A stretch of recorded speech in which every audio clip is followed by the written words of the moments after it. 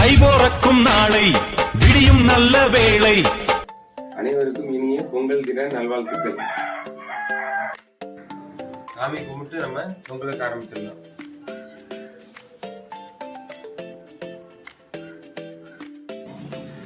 பானைக்கு கற்பூரம் காட்டிக்கலாம்.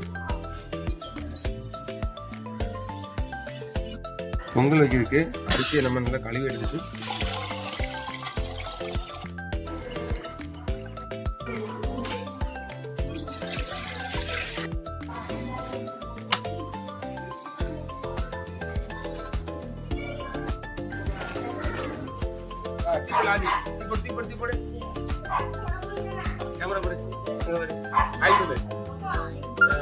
பொங்கல் எல்லாத்துக்கும் சொல்லி நல்லா இருக்கும்.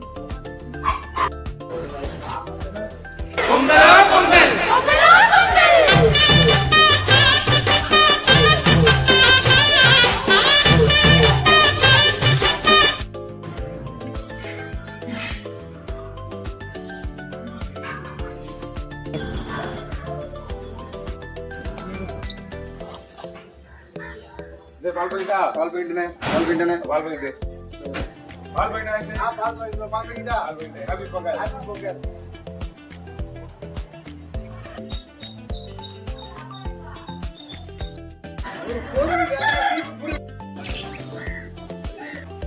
பொங்கல் விட்டு இறக்கியாச்சு. இப்போ நம்ம பொங்கல் குழம்பு வைக்க போறோம். அதுக்கு முதல்ல பருப்பை கழுவி எடுத்துட்டு அப்புறமா வேக வச்சுக்கலாம்.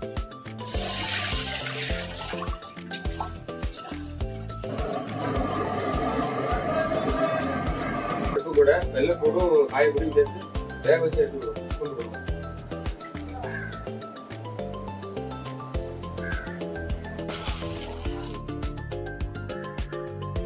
கிழங்கு வகைப்புல தொழில் சீவ வச்சு இப்போ ஒரு வெட்டிட்டு நம்ம கண்டிப்பாக போட்டாலும் கழுவிட்டு அப்புறம் பருப்போட வேக வச்சுக்கணும்.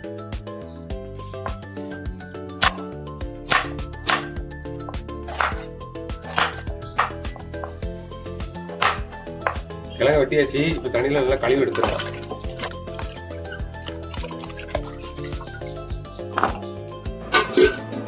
கிழங்கு நல்லா கழுவி எடுத்தாச்சு. இப்போ பருப்போடு சேர்த்து கிழங்கு வேக போட்டுருவோம். வெண்டைக்காய் மட்டும் முதல்ல கழுவி அப்புறம் வெட்டணும்.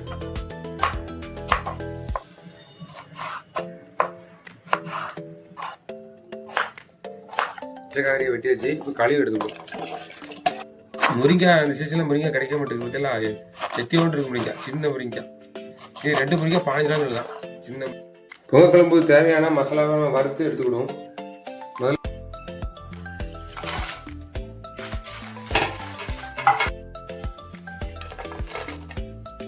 மிளகு போட்டுக்கிடுவோம், மல்லி போட்டுருவோம், ஜீரகம் சேர்த்துக்கிடுவோம். ஆற வச்சுட்டு நம்ம மிக்ஸி ஜாரில் அரைச்சி எடுத்துடலாம்.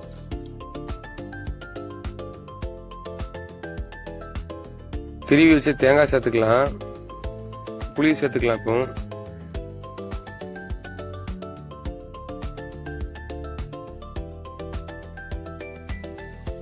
பொங்கல் குழம்பு ரெடி ஆயிடுச்சு. இப்போ மல்லி தழையை போட்டு மூடி வச்சிடலாம். கடுகு சேர்த்துக்கலாம்.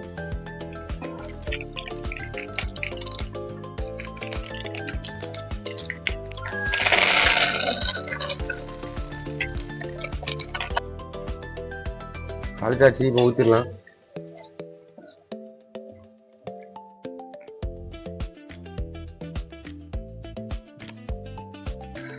சாப்பாடு போட்டாச்சு. இப்போ குழம்பு ஊற்றிடலாம். பொங்கல் குழம்பு சாமி கும்பிட்டாச்சு. இங்கே சாப்பிட தான் செய்யணும். இப்போ சாப்பிடலாம்.